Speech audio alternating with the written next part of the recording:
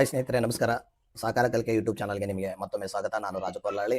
ನಿಮಗೆಲ್ಲರಿಗೂ ಕೂಡ ನಾನು ಮೊದಲನೇದಾಗಿ ಆಲ್ ದಿ ಬೆಸ್ಟ್ ಹೇಳಕ್ಕೆ ಇಷ್ಟಪಡ್ತೀನಿ. ಯಾಕಂದರೆ ನಾಳೆ ದಿನಾಂಕ ಡಿಸೆಂಬರ್ 7ನೇ ತಾರೀಕು ಆಗಿರೋದ್ರಿಂದ ಒಂದು ವಿಶೇಷವಾಗಿರ್ತಕ್ಕಂಥ ದಿನ ಯಾರಿಗೆಲ್ಲ ಅಂದರೆ ನಮ್ಮ ಶಿಕ್ಷಕ ಆಕಾಂಕ್ಷಿಗಳಿಗೆ, ಶಿಕ್ಷಕ ಮನಸ್ಸುಗಳಿಗೆ ನಾಳೆಯ ದಿನ ನಮಗೆ ವಿಶೇಷವಾಗ್ತದೆ. ಯಾಕಂದರೆ ನಾವು ಶಿಕ್ಷಕರಾಗಬೇಕು ಅನ್ನುವಂಥ ಕನಸನ್ನು ನನಸು ಮಾಡ್ಕೋಬೇಕಂದ್ರೆ ಮೊದಲನೇ ಹೆಜ್ಜೆ ನಮಗೆ ಟಿ ಪರೀಕ್ಷೆ ಆಗಿರ್ತದೆ. ಹಾಗಾಗಿ ನಾಳೆ ಇರ್ತಕ್ಕಂಥ ಟಿ ಭಾಳ ಮುಖ್ಯ ಆಗುತ್ತೆ. ಯಾಕಂದರೆ ಮುಂದಿನ ಒಂದು ದಿನಗಳಲ್ಲಿ CET ಕಾಲ್ಫಾರ್ಮ್ ಆಗೋದಿದೆ. ಸೊ ಈ ಎಲ್ಲ ವರ್ಷದ ಟಿಗಿಂತ ಇದೊಂದು ಸ್ವಲ್ಪ ವಿಶೇಷವಾಗಿರ್ತಕ್ಕಂಥದ್ದಂದ್ರೂ ಕೂಡ ತಪ್ಪಾಗೋದಿಲ್ಲ. ಆ ನಿಟ್ಟಿನಲ್ಲಿ ಯಾರೆಲ್ಲ ನೀವು ಟಿ ಪರೀಕ್ಷೆಗೆ ಅರ್ಜಿಯನ್ನು ಸಲ್ಲಿಸಿದ್ರಿ, ನಿಮಗೆಲ್ಲರಿಗೂ ಕೂಡ ಮೊದಲನೇದಾಗಿ ನಾನು ಆಲ್ ದಿ ಬೆಸ್ಟ್ ಹೇಳಕ್ಕೆ ಇಷ್ಟಪಡ್ತೀನಿ. ಬಹಳ ಸುಂದರವಾಗಿರ್ತಕ್ಕಂಥ ಪರೀಕ್ಷೆ ನಿಮ್ಮದಾಗಲಿ. ಪ್ರಶ್ನೆ ಪತ್ರಿಕೆ ನಿಮ್ಮೆಲ್ಲ ಒಂದು ಓದಿಗೆ ರಿಲೇಟೆಡ್ ಆಗಿರ್ತಕ್ಕಂಥದ್ದನ್ನೇ ಬರಲಿ ಅನ್ನುವಂಥ ಪ್ರಶ್ನೆ ಪತ್ರಿಕೆ ನಿಮಗೆ ಸುಲಭವಾಗಲಿ, ಆ ಎಲ್ಲ ಪ್ರಶ್ನೆಗಳನ್ನು ಉತ್ತರಿಸುವ ಸಾಮರ್ಥ್ಯ ನಿಮ್ಮದಾಗಲಿ ಅನ್ನುವಂಥದ್ದನ್ನು ಒಂದು ಆಶಯದೊಂದಿಗೆ ನಾನು ಇವತ್ತಿನ ವಿಡಿಯೋದಲ್ಲಿ ಒಂದು ಸ್ವಲ್ಪ ಟ್ರಿಕ್ಸ್ ಬಗ್ಗೆ, ಅಂದರೆ ಸ್ಟ್ರಾಟಜಿ ಹೇಗೆ ಅನ್ನುವಂಥದ್ದು ಇವತ್ತಿನ ಮುಖ್ಯ ಟಾಪಿಕ್ಗೆ ನಾನು ಮಾತಾಡ್ತಕ್ಕಂಥದ್ದು ಸ್ಟ್ರಾಟಜಿ ಬಗ್ಗೆ. ಈ ಟಿ ಪರೀಕ್ಷೆ ಅಂತಕ್ಕಂಥದ್ದು ಒಂದು ಸ್ಟ್ರಾಟಜಿ. ಇದು ಎಷ್ಟೆಲ್ಲ ಓದಿದ್ರು ಕೂಡ ಒಂದೊಂದ್ಸರಿ ಇದರಲ್ಲಿ ನಾವು ವಿಫಲರಾಗುವಂಥ ಅರ್ಹತೆಯನ್ನು ಪಡೆದೇ ಇರತಕ್ಕಂಥ ಸಾಧ್ಯತೆಗಳು ಇರ್ತವೆ.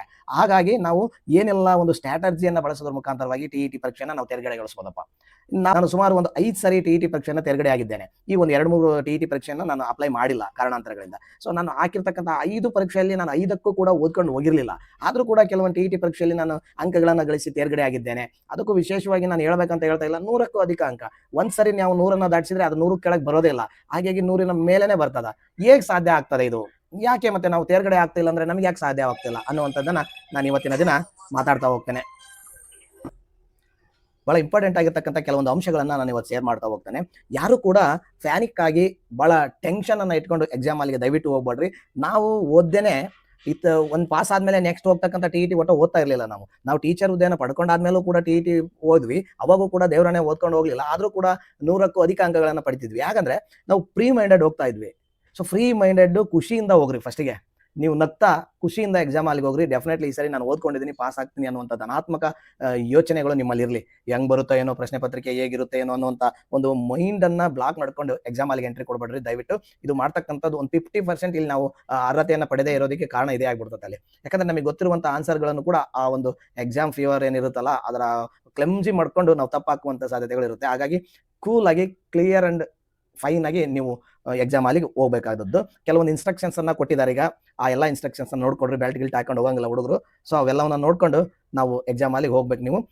ಹಾಗಿದ್ರೆ ನಾವು ಯಾವ ರೀತಿಯಾಗಿರ್ತಕ್ಕಂಥ ಸ್ಟ್ರಾಟಜಿಯನ್ನು ಬಳಸೋದ್ರ ಮುಖಾಂತರವಾಗಿ ಈ ಟಿಯನ್ನು ಕ್ಲಿಯರ್ ಮಾಡಬಹುದು. ನಾನು ಒಂದಿಷ್ಟು ಮುಖ್ಯವಾಗಿರ್ತಕ್ಕಂಥ ಅಂಶಗಳನ್ನ, ಪ್ರಶ್ನೆಗಳನ್ನ ಇಟ್ಕೊಂಡು ಇವತ್ತು ವಿಷಯಕ್ಕೆ ಸಂಬಂಧಿಸಿರುವಂತಹ ಒಂದು 2-3 ಪ್ರಶ್ನೆಗಳನ್ನ ಇಟ್ಕೊಂಡು ಆ ರೀತಿ ಪ್ರಶ್ನೆಗಳು ಮತ್ತು ಯಾವ ರೀತಿ ಪ್ರಶ್ನೆಗಳಿಗೆ ಯಾವ ರೀತಿಯಾಗಿ ನಾವು ಸ್ಟ್ರಾಟಜಿಯ ಮೂಲಕವಾಗಿ ನಮಗೆ ಉತ್ತರ ಗೊತ್ತಿಲ್ಲಪ್ಪ, ಆದ್ರೂ ನಾವು ಹೇಗಾಗ್ಬೋದು ಇರ್ತಕ್ಕಂಥ ನಮ್ಮಲ್ಲಿರುವಂತಹ ಜ್ಞಾನವನ್ನು, ಈಗ ಆಲ್ರೆಡಿ ನಾವು ಓದಿರ್ತೀವಿ, ಆ ಪರೀಕ್ಷೆಗೆ ಓದಿರ್ತಕ್ಕಂಥದ್ದನ್ನ ಅದರಲ್ಲಿ ನಾವು ಓದಿರುವಂತದ್ದೇ ನೇರವಾಗಿ ಪ್ರಶ್ನೆ ಬರಲ್ಲ ಅಲ್ಲಿ.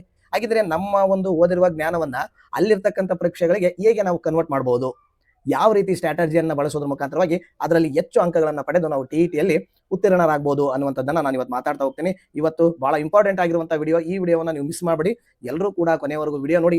ಇದರ ಒಂದು ಸದುಪಯೋಗ ಡೆಫಿನೆಟ್ಲಿ ನಿಮಗೆ ಆಗ್ತದೆ ಅಂತ ಹೇಳ್ತಾ ನಾನು ನೇರವಾಗಿ ವಿಷಯಕ್ಕೆ ಬರ್ತೀನಿ.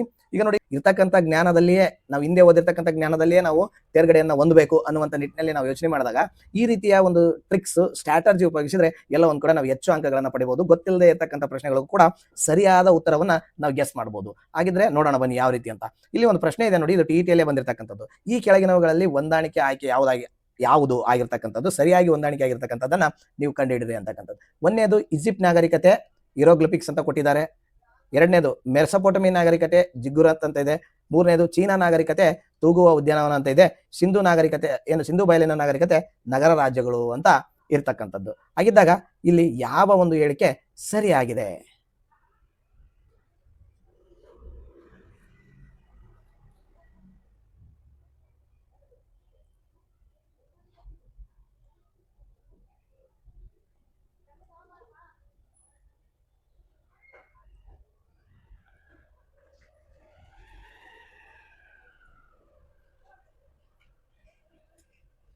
ಕಟ್.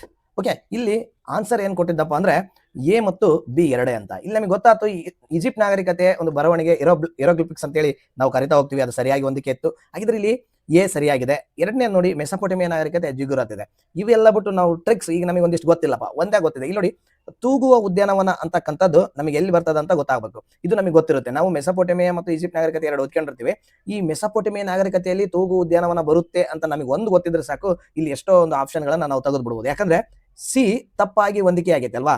ಹಾಗಿದ್ರೆ ಇಲ್ಲಿ ಸಿ ಇರೋದೆಲ್ಲವೂ ತಪ್ಪಾಗ್ತವೆ. ಅಂದ್ರೆ ಇದು ಸಿ ಇದರಲ್ಲೂ ಇದೆ, ತಪ್ಪಾಗುತ್ತೆ, ಇದರಲ್ಲೂ ಇದೆ, ಇದು ಕೂಡ ತಪ್ಪಾಗುತ್ತೆ. ಅಂದ್ರೆ 1 ಮತ್ತು 2 ಮಾತ್ರ ಇಲ್ಲಿ ಸರಿಯಾಗುವಂತ ಸಾಧ್ಯತೆಗಳಿವೆ ಅಂತ ನಾವು ಒಂದು ಹಂತಕ್ಕೆ ಈಗ ಅದನ್ನ ತಗೊಂಡ್ ಬಂದ್ವಿ. ಈ ಈಜಿಪ್ಟ್ ನಾಗರಿಕತೆ ಏರೋಗ್ಲಿಫಿಕ್ಸ್ ಕರೆಕ್ಟ್ ಇದೆ. ಆಮೇಲೆ ಮೆಸೊಪೊಟೇಮಿಯಾ ನಾಗರಿಕತೆಯಲ್ಲಿ ಜಿಗ್ಗುರಾತ್ಗಳು ಕಂಡು ಬರ್ತಾವ ಇಲ್ಲ ಅಂತಕ್ಕಂಥದ್ದು. ಎಸ್, ಈಗ ನಮಗೆ ಗೊತ್ತಾಗ್ತಾ ಹೋತು ಇವು ಎರಡೇ ರೈಟ್ ಇದಾವು, ಹಾಗಾದ್ರೆ ಇವೆರಡು ತಪ್ಪದವು, ಎ ಮತ್ತು ಬಿ ಸರಿಯಾಗಿದೆ ಅನ್ನುವಂಥದ್ದನ್ನ ನಾವು ಐಡೆಂಟಿಫೈ ಮಾಡಿಬಿಡ್ಬೋದು ಅಲ್ವಾ. ಸೊ ಈ ರೀತಿಯಾಗಿರ್ತಕ್ಕಂಥ ಸ್ಟ್ರಾಟಜಿನ ನೀವು ಉಪಯೋಗಿಸಬೇಕಾಗ್ತದೆ. ಬರೀ ಆಗಿದ್ರೆ ಮುಂದಿನ ಒಂದು ಪ್ರಶ್ನೆಗಳನ್ನ ನೋಡ್ತಾ ಹೋಗೋಣ. ಸೊ ಆ ನಿಟ್ಟಿನಲ್ಲಿ ಇಲ್ಲಿ ನಾನು ಒಂದು ಪ್ರಶ್ನೆ ನೋಡ್ತೀನಿ ನೋಡಿ. ಈ ಪ್ರಶ್ನೆ ಇದು ಕೂಡ ಟಿಇಟಿಯಲ್ಲಿ ಬಂದಿರತಕ್ಕಂಥದ್ದು. ಈ ಕೆಳಗಿನವುಗಳಲ್ಲಿ ಬೌದ್ಧ ಸಮ್ಮೇಳನಗಳು ನಡೆದ 4 ಕೇಂದ್ರಗಳಾಗಿವೆ ಇವು. ಸೊ ಇವುಗಳಲ್ಲಿ ಬೌದ್ಧ ಸಮ್ಮೇಳನಗಳು ನಡೆದ ಕಾಲಾನುಕ್ರಮಣಿಕೆ ಅಂದ್ರೆ ಯಾವ್ದು ಫಸ್ಟ್, ಯಾವ್ದು ಸೆಕೆಂಡ್, ಯಾವ್ದು ಥರ್ಡ್, ಫೋರ್ತ್ ನಡೀತು ಅಂತ ಇವ್ರು ಕೇಳಿರ್ತಕ್ಕಂಥದ್ದು. ನಮಗೆ ಇದರಲ್ಲಿ ಗೊತ್ತಿಲ್ಲ ನೋಡ್ರಿ. ರಾಜಗೃಹ, ವೈಶಾಲಿ, ಪಾಟಲಿಪುತ್ರ, ಕುಂಡಲವನ ಇವನ್ನ ಕನ್ಫ್ಯೂಸ್ ಮಾಡ್ಯಾರ. ವೈಶಾಲಿ, ಪಾಟಲಿಪುತ್ರ, ಕುಂಡಲವನ, ರಾಜಗೃಹ, ಪಾಟಲಿಪುತ್ರ, ಕುಂಡಲವನ, ರಾಜಗೃಹ, ವೈಶಾಲಿ ಅಂತ ಈ ರೀತಿ ಗೊತ್ತಾದಾಗ ನಮಗೆ ಯಾವ್ದೋ ಒಂದು ಗೊತ್ತದ. ಯಾವ್ದಂದ್ರೆ ನಾವು ಅಶೋಕನ ಓದುವಾಗ ಓಕೆ, ಅಶೋಕ ಮಹಾರಾಜ 3ನೇ ಒಂದು ಬೌದ್ಧ ಸಮ್ಮೇಳನವನ್ನ ಪಾಟಲಿಪುತ್ರದಲ್ಲಿ ಮಾಡಿದ್ದ ಅನ್ನುವಂಥದ್ದು ನಮಗೆ ಒಂದು ಗೊತ್ತಿರುತ್ತೆ. ಅದು ಒಂದೇ ನೆನಪಿರ್ತದೆ ನಮಗೆ. ಓಕೆ, ಆಗಿದ್ದಾಗ ಅಂದ್ರೆ 3ನೇದು ಅಶೋಕ ಪಾಟಲಿಪುತ್ರದಲ್ಲಿ ಮಾಡ್ಯಾಣ ಅಂತ ನಮಗೆ ಗೊತ್ತಾದಾಗ 3ನೇದು ಬರ್ಬೇಕಲ್ವಾ. 1, 2, 3ನೇದೇ ಅಶೋಕಂದು ಅಂತ ಬಂದಾಗ ಇದು 3 ಪಾಟಲಿಪುತ್ರ 3ನೇ ಸ್ಥಾನದಾಗ ಯಾವ್ದೈತಿ ನೋಡ್ಕೊಂಡ್ಬಿಡ್ಬೇಕು. ಇಲ್ಲಿ 2ನೇ ಸ್ಥಾನದಾಗ ಐತಿ, ತಪ್ಪೈತಿ. ಇಲ್ಲಿ 1ನೇ ಸ್ಥಾನದಾಗ ತಪ್ಪೈತಿ. ಅಲ್ಲಿ ಕೂಡ ಅದನ್ನ 4ನೇ ಸ್ಥಾನಕ್ಕೆ ಕೊಟ್ಟಾರ ಪಾಟಲಿಪುತ್ರ 4ನೇ ಹೇಳಿಕೆಯಲ್ಲಿ, ಅದು ಇದರಲ್ಲಿ ಕಟ್ ಆಗಿದೆ, ಅದು ಕೂಡ ತಪ್ಪಾಗುತ್ತೆ. ಅಂದ್ರೆ 3ನೇ ಸ್ಥಾನದಲ್ಲಿ ಪಾಟಲಿಪುತ್ರದಲ್ಲಿ ಅಶೋಕ ಮಹಾಶಯ ಮಾಡಿದ್ದ ಅಂತ ನಮಗೆ ಗೊತ್ತಾದ ತಕ್ಷಣ ಇಲ್ಲಿ ಏನಾಗುತ್ತೆ, ಓ ಹೌದು, ಹಾಗಿದ್ರೆ ಇದು ಸರಿಯಾಗುತ್ತೆ ಅಂತ ಟಿಕ್ ಮಾಡ್ಬಿಡ್ಬೋದು. ಇದರಲ್ಲಿ ನಿಮಗೆ ಒಂದೇ ಗೊತ್ತಾಗ್ಲಿ, ನಿಮಗೆ ರಾಜಗೃಹ ಅಂತಕ್ಕಂಥದ್ದೇ ಒಂದೇ ನಡೆದಿತ್ತು, ಅದು ಒಂದೇ ನೆನಪೈತಿ ನನಗೆ ಅಂದಾಗ ಇಲ್ಲಿ ನೋಡಿ ಆಪ್ಷನ್ ಅಲ್ಲಿ ಒಂದೇ ಇದೆ, ರಾಜಗೃಹ. ಅದು ಒಂದನ್ನ ನೀವೇನಾದ್ರೂ ಐಡೆಂಟಿಫೈ ಮಾಡ್ಬಿಟ್ರೆ ಎಕ್ಸಾಕ್ಟ್ಲಿ ನೀವು ಉತ್ತರವನ್ನ ಇದಕ್ಕೆ ಕಂಡ್ಕೊಂಡ್ಬಿಡ್ತೀರಿ. ಹಾಗೆ ನಾವು ಈ ರೀತಿಯಾಗಿರ್ತಕ್ಕಂಥ ಟ್ರಿಕ್ಸ್ ನಮಗೆ ಯಾವಾಗ ಬರ್ತಾವ ಅಂದ್ರೆ ಕೂಲ್ ಆಗಿರ್ಬೇಕು ಮೈಂಡ್ ನಮ್ದು. ಕೂಲ್ ಮೈಂಡೆಡ್ ಇದ್ದಾಗ ಈ ರೀತಿಯಾಗಿರ್ತಕ್ಕಂಥ ಪ್ರಶ್ನೆಗಳಿಗೆ ನಾವು ಉತ್ತರಿಸೋದಕ್ಕೆ ಸಾಧ್ಯ ಆಗುತ್ತೆ. ಇದಕ್ಕೊಂದಕ್ಕೆ ಅಲ್ಲ, ಎಲ್ಲವಕ್ಕೂ ನೀವು ಅಪ್ಲೈ ಮಾಡ್ಕೊಳ್ಳಿ. ಎಲ್ಲಾ ಪ್ರಶ್ನೆಯನ್ನು ಈ ರೀತಿಯಾಗಿ ಯೋಚನೆ ಮಾಡೋದ್ರಿಂದ ಅನೇಕ ಪ್ರಶ್ನೆಗಳಿಗೆ ಉತ್ತರವನ್ನ ನೀವು ಕಂಡ್ಕೋಬಹುದು ಸ್ನೇಹಿತರೆ. ಬನ್ನಿ ಆಗಿದ್ರೆ ನಾವೆಲ್ಲ ಇದೇ ರೀತಿಯಾಗಿರ್ತಕ್ಕಂಥ ಸ್ಟ್ರಾಟಜಿ ಬಳಸಿರ್ತಕ್ಕಂಥದ್ದು. ಓಕೆ, ಇಲ್ಲಿದೆ ನೋಡಿ. ಇಲ್ಲಿ ಹಿಸ್ಟ್ರಿಯಲ್ಲಿ ನಾವು ಈ ರೀತಿಯ ಪ್ರಶ್ನೆಗಳನ್ನ ನೋಡ್ತೀವಿ. ಯಾವ್ದಂದ್ರೆ ಹೊಂದಿಸಿ ಬರೀರಿ. ಇಲ್ಲಿ ನಮಗೆ ಗೊತ್ತಾಗ್ಬೇಕು ಏನಂದ್ರೆ ಒಂದು ಮಾತ್ರ ಗೊತ್ತಿದೆ ನಮಗೆ. ಯಾವ್ದಪ್ಪ ನೋಡೋಣ. ಈಗ ವಡ್ಡಾರಾಧನೆ ಬರೆದದ್ದು ಶಿವಕೋಟಾಚಾರ್ಯ ಅನ್ನುವಂಥದ್ದು ಒಂದು ಗೊತ್ತಿದ್ದಾಗ ನಾವ್ ಹಿಂಗ್ ಮೊದ್ಲು ಹಾಕೋಬೇಕು. ಅಂದ್ರೆ 2ಕ್ಕೆ ಸಿ ಇರಬೇಕು.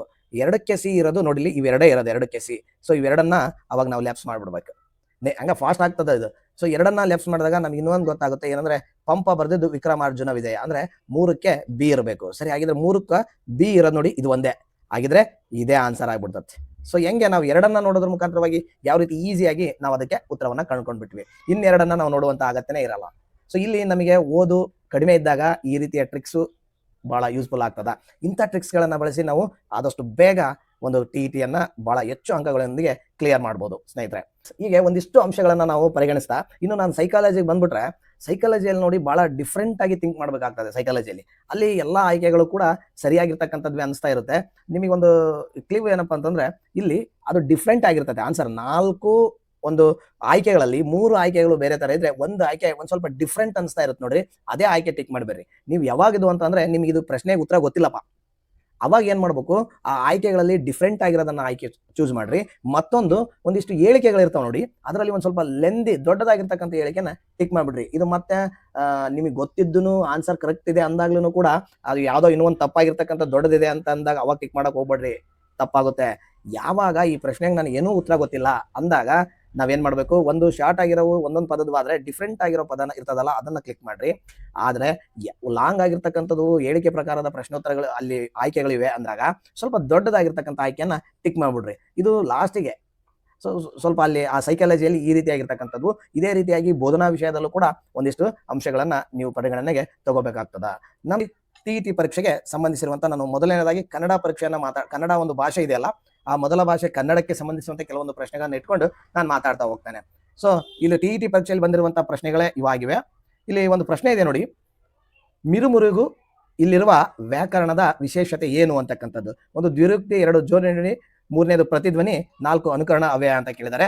ಅದೇ ರೀತಿ ಇನ್ನೊಂದು ಪ್ರಶ್ನೆ ಅಂದ್ರೆ ಇದು ಬೇರೆ ಒಂದು ಟಿಇಟಿ ಪರೀಕ್ಷೆ, ಇವೆರಡು ಕೂಡ ಟಿಇಟಿಯಲ್ಲೇ ಕೇಳಿರ್ತಕ್ಕಂಥದ್ದು. ಮತ್ತೊಂದು ವರ್ಷದಲ್ಲಿ ಕೇಳಿದರೆ ಗುಣಗುಣು ಅಂದ್ರೆ ಈ ಪದದಲ್ಲಿರುವ ವ್ಯಾಕರಣಾಂಶ ಯಾವುದು ಅಂತಕ್ಕಂಥದ್ದು. ಇದರಲ್ಲಿ ಕೂಡ ಸೇಮ್ ದ್ವಿರುಕ್ತಿ ಇದೆ, ಜೋಡಿ ನುಡಿ ಇದೆ, ಅನುಕರಣ ಅವ್ಯಯ ಇದೆ, ಹಾಗೂ ನುಡಿಗಟ್ಟಿದೆ. ಹಾಗಿದ್ರೆ ಈ ಒಂದು ಮಿರುಮಿರುಗು, ಗುಣಗುಣಗು ಈ ಪದಗಳನ್ನ ನಮಗೆ ಗಮನಿಸಿದಾಗ ಇಲ್ಲಿ ನಾವು ಬಹಳ ಕನ್ಫ್ಯೂಸ್ ಆಗ್ತೀವಿ. 2 ಸರಿ ಇರೋದ್ರಿಂದ ಇದನ್ನ ಎರಡು ಇರೋದ್ರಿಂದ ನಾವು ನೇರವಾಗಿ ದ್ವಿರುಕ್ತಿಗೆ ಹೋಗುವಂತ ಸಾಧ್ಯತೆಗಳಿರುತ್ತೆ. ಹಾಗಾಗಿ ನಾವು ನೋಡ್ಬೇಕು, ಆ ಪದಗಳನ್ನ ನಾವು ಸೂಕ್ಷ್ಮವಾಗಿ ಗಮನಿಸಬೇಕು. ಇಲ್ಲಿ ಒಂದು ಟ್ರಿಕ್ಸ್ ಯೂಸ್ ಮಾಡಿ ಏನಪ್ಪಾ ಅಂದ್ರೆ, ನಮಗೆ ಯಾವಾಗ್ಲೂ ಕೂಡ ಒಂದು ಪದಕ್ಕೆ ಅರ್ಥ ಇಲ್ಲಪ್ಪ, ಅದು 2 ಸರಿ ಒಂದಿಷ್ಟು ಉಚ್ಚಾರ ಆಗ್ತಾ ಇದೆ, ಅಲ್ಲಿರ್ತಕ್ಕಂಥ ಪದಕ್ಕೆ ಯಾವುದೇ ರೀತಿಯಾಗಿರ್ತಕ್ಕಂಥ ಅರ್ಥ ಇಲ್ಲ ಅನ್ನೋದಾದ್ರೆ ಅದನ್ನ ನಾವು ಮತ್ತು ಇನ್ನೊಂದರ ಒಂದು ಅನುಕರಣೆಯನ್ನ ಮಾಡ್ತಾ ಇರ್ತದೆ. ಇಲ್ಲಿ ನೋಡ್ರಿ, ಮಿರು ಮಿರು ಮಿನುಗುತ್ತೆ ಅಂತ ಕರಿತಾ ಇದೀವಿ. ಇದು ಬರೀ ಮಿರು ಮಿರು ಅಂದ್ರೆ ಇದಕ್ಕೆ ಅರ್ಥ ಬರಲ್ಲ.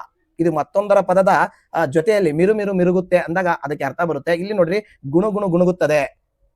ಸೊ ಇವು ಒಂದರ ಪದದ ಜೊತೆಗೆ ಮತ್ತೊಂದನ್ನ ಬಳಸಿದಾಗ ಮಾತ್ರ ಇದಕ್ಕೆ ಅರ್ಥ ಬರ್ತಾ ಇದೆ. ಹಾಗಾಗಿ ಇವು ನೇರವಾಗಿ ನಾವು ಹೋಗ್ತೀನಿ, ಇವೆರಡೂ ಕೂಡ ಅನುಕರಣ ಅವ್ಯಯನೇ. ಹಾಗಿದ್ರೆ ದ್ವಿರುಕ್ತಿ ಅಂದ್ರೆ ಹೇಗಿರ್ತವೆ? ಇಲ್ಲಿ ದ್ವಿರುಕ್ತಿ ಅಂದ್ರೆ ಇಷ್ಟೇ ಸ್ನೇಹಿತರೆ, ಒಂದೇ ಪದವನ್ನ ನಾವು 2 ಸರಿ ಬರ್ಸ್ತೀವಿ. ಮೊಟ್ಟ ಮೊದಲು ಇದು ದ್ವಿರುಕ್ತಿ, ತುತ್ತ ತುದಿ, ಇಲ್ಲಿ ಆ ಪದಕ್ಕೆ ಅರ್ಥ ಇರುತ್ತೆ, ಆ ಪದವನ್ನ 2 ಸರಿ ಬಳಸ್ತಾ ಹೋಗ್ತೀವಿ, ಅವಾಗ ಅದನ್ನ ನಾವು ದ್ವಿರುಕ್ತಿ ಅಂತ ಹಾಕ್ತಿವಿ. ಹಾಗಿದ್ರೆ ಜೋಡು ನುಡಿ ಅಂದ್ರೆ ಏನ್ ಸರ್? ಜೋಡಿ ನುಡಿ ಅಂದ್ರೆ 2 ಪದಗಳು ಯಾವತ್ತೂ ಕೂಡ ಜೋಡಿನೇ ಇರ್ತಾವು, ಬಿಟ್ಟು ಹೋಗಲ್ಲ. ಯಾಕಂದ್ರೆ ಮನೆ ಮಠ, ಬಿಸಿ ಪೆನ್ನು ಗಿನ್ನು, ಅದೇ ರೀತಿಯಾಗಿ ಇನ್ನೊಂದು ನಾವು ಕ್ಯಾಚಡಿ, ಡೋರ್ ಬಾಗ್ಲು. ಇಲ್ಲಿ ನೋಡಿ, ನಾನು ಬೇರೆ ಬೇರೆ ತರನಾಗಿರ್ತಕ್ಕಂಥ ಒಂದು ಜೋಡು ನುಡಿಗಳನ್ನ ಹೇಳ್ತಾ ಹೋದೆ. ಜೋಡು ನುಡಿಯಲ್ಲಿ ನಾವು 3 ತರನಾದ ಜೋಡು ನುಡಿ ನೋಡ್ತಾ ಹೋಗ್ತೇವೆ. ಒಂದನೇದು 2 ಪದಗಳಿಗೂ ಅರ್ಥ ಇರುತ್ತೆ, ಬೇರೆ ಬೇರೆ ಅರ್ಥವನ್ನ ಒಳಗೊಂಡಿರುತ್ತೆ. ಅಂದ್ರೆ ಇದರ ಅರ್ಥ ಮನೆ ಮಠ, ಮನೆ ಒಂದು ಅರ್ಥ, ಮಠ ಒಂದು ಅರ್ಥ ಕೊಡುತ್ತೆ. ಇವೆರಡನ್ನು ಕೂಡ ಜೋಡಿ ನುಡಿ ಅಂತೀವಿ. ಇನ್ನೇದೇನಂದ್ರೆ 2 ಪದಗಳಿರ್ತಾವಲ್ಲ, 2ಕ್ಕೆ ಒಂದಕ್ಕೆ ಅರ್ಥ ಇರುತ್ತೆ, ಒಂದಕ್ಕೆ ಅರ್ಥ ಇರಲ್ಲ. ಅದಕ್ಕೆ ಏನಾದ್ರೂ ಪೆನ್ನು ಗಿನ್ನು ಅಂತ ಹೇಳ್ತೀವಿ ನಾವು. ಪೆನ್ನಿಗೆ ಅರ್ಥ ಇರುತ್ತೆ, ಗಿನ್ನು ಅರ್ಥ ಇರಲ್ಲ. ಈ ರೀತಿಯಾಗಿರ್ತಕ್ಕಂಥದ್ದು ಬರ್ತವೆ. ಮತ್ತೊಂದು ಬರ್ತದೆ, ಒಂದು ಪದವನ್ನ ಮತ್ತೊಂದು ಭಾಷೆಯಲ್ಲಿ, ಇನ್ನೊಂದು ಭಾಷೆಯಲ್ಲಿ, ಬೇರೆ ಬೇರೆ ಒಂದು ಭಾಷೆಯಲ್ಲೂ ಕೂಡ ನಾವು ಬಳಸ್ತಾ ಹೋಗ್ತೀವಿ. ಅಂತವು ಕೂಡ ಇಲ್ಲಿ ನೋಡ್ರಿ, ಯಾವ್ದಂದ್ರೆ ಡೋರ್ ಬಾಗಿಲು. ಈ ರೀತಿ ನಾವು ಒಂದು ಡೋರ್ ಅಂದ್ರೆ ಒಂದೇ, ನಾವು ಬಾಗಿಲು ಅಂತ ಕನ್ನಡದಾಗ ಅಂತೀವಿ, ಅದು ಇಂಗ್ಲಿಷ್ ಅಂತೀವಿ. ಈ ರೀತಿ ಜೋಡು ಪದಗಳನ್ನು ಕೂಡ ನಾವು ಜೋಡು ನುಡಿ ಅಂತ ಕರಿತಾ ಹೋಗ್ತೇವೆ. ಸೊ ಇಷ್ಟು ಸಿಂಪಲ್ ಆಗಿ ಇವುಗಳನ್ನ ಅರ್ಥ ಮಾಡ್ಕೊಂಡ್ರೆ ನಾವು ಇದ್ರ ಮೇಲೆ ಫಿಕ್ಸ್ ಪ್ರಶ್ನೆಗಳು ಬರ್ತವೆ. ಹಾಗಾಗಿ ಇದನ್ನ ಹೇಳ್ತಾ ಹೋಗಿದ್ದೆ. ಸ್ನೇಹಿತರೆ, ಒಂದಿಷ್ಟು ಕಿವಿ ಮಾತುಗಳು ಏನಪ್ಪಾ ಅಂದ್ರೆ, ಯಾರು ಕೂಡ ಟೆನ್ಷನ್ ಮಾಡ್ಕೊಳಕ್ ಹೋಗ್ಬೇಡಿ. ಫ್ರೀ ಆಗಿ ಹೋಗಿ ಟಿ ನಾನು ಈ ಸರಿ ಆಗ್ಲೇಬೇಕು, ಆಗ್ಲಿಲ್ಲ ಅಂದ್ರೆ ಕಷ್ಟ ಆಗುತ್ತೆ, ಹಂಗೆ ಅನ್ನುವಂಥದ್ದನ್ನ ಮೈಂಡಲ್ಲಿ ಇಟ್ಕೋಬೇಡಿ. ಆರಾಮಾಗಿ ಒಂದು ಖುಷಿಯಿಂದ ನೀವು ಎಕ್ಸಾಮ್ ಅಲ್ಲಿ ಹೋದ್ರೆ ಅಲ್ಲಿ ಅರ್ಧ ಗೆದ್ದ ಹಾಗೆ ಅರ್ಹತೆಯನ್ನ ಪಡೆದ ಹಾಗೆ. ಹಾಗಾಗಿ ಬಹಳ ಸಿಂಪಲ್ ಆಗಿ ಖುಷಿಯಿಂದ ಆದಷ್ಟು ಬೇಗ ಹೋಗ್ರಿ. ಲೇಟ್ ಆಗಿ ಎಕ್ಸಾಮ್ ಅಲ್ಲಿ ಹೋಗ್ಬೇಡ್ರಿ, ಟೆನ್ಷನ್ ಆಗ್ತದ. ಒಂದು ಅರ್ಧ ಗಂಟೆ, 1 ತಾಸು ಈ ಸರಿ ಏನೋ ಫೇಸ್ ರೆಕಾಗ್ನಿಷನ್ ಮತ್ತು ಥಂಬ್ ಇಂಪ್ರೆಷನ್ ಕೂಡ ಇದೆ ಅಂತೆ. ಫೇಸ್ ರೆಕಾಗ್ನಿಷನ್, ಥಂಬ್ ಇಂಪ್ರೆಷನ್ ಇರೋದ್ರಿಂದ ಆದಷ್ಟು ಬೇಗ ಬರ್ಲಿಕ್ಕೆ ಹೇಳಿದ್ದಾರೆ. ನಿಮ್ಮ ಹಾಲ್ ಟಿಕೆಟ್ ಅನ್ನ ಗಮನಿಸ್ಕೊಳ್ಳಿ. ಬೇಗನೆ ಹೋಗಿ ನೀವು ನಿಮ್ಮ ಪರೀಕ್ಷಾ ಕೊಠಡಿ ಮತ್ತು ನಿಮ್ಮ ಒಂದು ಸಂಖ್ಯೆ ಏನಿದೆಯಲ್ಲ, ಅದು ನಿಮ್ಮ ಸೀಟನ್ನು ಹುಡ್ಕೊಂಡು ಒಂದಿಷ್ಟು ಆಳಾರವಾಗಿದ್ರೆ ಅಲ್ಲೇ ಕುತ್ಕೊಂಡಾಗ ಸ್ವಲ್ಪ ನಮಗೆ ಆ ವಾತಾವರಣಕ್ಕೆ ಹೊಂದ್ಕೊಳ್ತೀವಿ ನಾವು. ಒಂದು 10-15-20 ನಿಮಿಷ ಒಳಗಡೆ ಕೂತಾಗ. ಅದಕ್ಕಾಗಿ ನೀವು ಒಂದು ಸ್ವಲ್ಪ ಬೇಗ ಹೋಗ್ರಿ. ಫ್ರೀ ಮೈಂಡ್ ಆಗಿ ನೀವು ಪ್ರಶ್ನೆಗಳಿಗೆ ಖುಷಿಯಿಂದ ಉತ್ತರಿಸಿ. ಎಲ್ಲರೂ ಕೂಡ ಈ ಟಿ ಪರೀಕ್ಷೆಯಲ್ಲಿ ತೇರ್ಗಡೆ ಹೊಂದಿ ಉತ್ತಮ ಅಂಕಗಳೊಂದಿಗೆ ನೀವು ತೇರ್ಗಡೆ ಆಗ್ಲಿ ಅನ್ನುವಂತ ಆಶಾಭಾವ ನಮ್ದು. ದಿನಗಳಲ್ಲಿ ಬರುವಂತಹ GPT ಆಗಿರ್ಬೋದು, HSTR ಆಗಿರ್ಬೋದು, PU ಕಾಲೇಜ್ ಲೆಕ್ಚರ್ ಆಗಿರ್ಬೋದು, ಅದೇ ರೀತಿಯಾಗಿ PSTR ಆಗಿರ್ಬೋದು, ಎಲ್ಲವಕ್ಕೂ ಕೂಡ ಉಪಯುಕ್ತ ತರಗತಿಗಳನ್ನ ಕೊಡೋರಿದ್ದೀವಿ. ಹಾಗಾಗಿ ನೀವು ನಮ್ಮ ಚಾನಲ್ ಅನ್ನ ಸಬ್ಸ್ಕ್ರೈಬ್ ಮಾಡ್ಕೊಳ್ಳಿ, ಬೆಲ್ ಐಕನ್ ಅನ್ನು ಒತ್ತಿ ನೋಟಿಫೈ ಆಗಿರಿ. ನಿಮ್ಮ ಫ್ರೆಂಡ್ಸ್ಗೂ ಕೂಡ ಈ ಚಾನಲ್ ಮತ್ತು ಈ ವಿಡಿಯೋವನ್ನು ಶೇರ್ ಮಾಡ್ತಾ, ನಾವು ಇನ್ನೊಂದು ಮುಖ್ಯವಾಗಿರ್ತಕ್ಕಂಥದ್ದು ವಿಷಯ ಹೇಳ್ತೀನಿ. ಇಂದಿನ ನಾನು ಒಂದು 6 ಸಮಾಜ ವಿಜ್ಞಾನ ವಿಡಿಯೋಗಳನ್ನ ಮಾಡಿದ್ದೇನೆ. 6 ವಿಡಿಯೋಗಳನ್ನ ನೀವು ನೋಡಿದ್ರೆ ಇತಿಹಾಸದಲ್ಲಿ ಖಂಡಿತ ತುಂಬಾ ಉತ್ತರಗಳನ್ನ ಅದರಲ್ಲಿ ಬರೋದಿದೆ. ಹಾಗಾಗಿ ನೀವು ತುಂಬಾ ಪ್ರಶ್ನೆಗಳಿಗೆ ಉತ್ತರಿಸಲು ಶಕ್ತರಾಗೋದು. ನಮ್ಮ ಮಹಾ ಮ್ಯಾರಥಾನ್ ಅನ್ನುವಂತ ಒಂದು ಟೈಟಲ್ ಮೇಲೆ 6 ವಿಡಿಯೋಗಳನ್ನ ಕೊಟ್ಟಿದ್ದೀನಿ. ಆ ಎಲ್ಲಾ ವಿಡಿಯೋಗಳನ್ನ ನೋಡ್ರಿ, ತುಂಬಾ ಉಪಯುಕ್ತ ಆಗುತ್ತೆ. ಎಲ್ಲರಿಗೂ ಕೂಡ ಆಲ್ ದಿ ಬೆಸ್ಟ್, ಒಳ್ಳೇದಾಗ್ಲಿ. ನಮ್ಮ ಎಲ್ಲಾ ವಿಡಿಯೋಗಳನ್ನು ಕೂಡ ನೀವು ವೀಕ್ಷಿಸಿದ್ರಿ. ಸೊ ನಿಮಗೂ ಕೂಡ ಎಲ್ಲರಿಗೂ ಧನ್ಯವಾದಗಳನ್ನ ಹೇಳ್ತಾ ಅಂತ ಹಾರೈಸ್ತಾ ನಾ ವಿಡಿಯೋನ ಇಲ್ಲಿಗೆ ಮುಗಿಸ್ತಾ ಇದ್ದೀನಿ. Take care, bye, see you.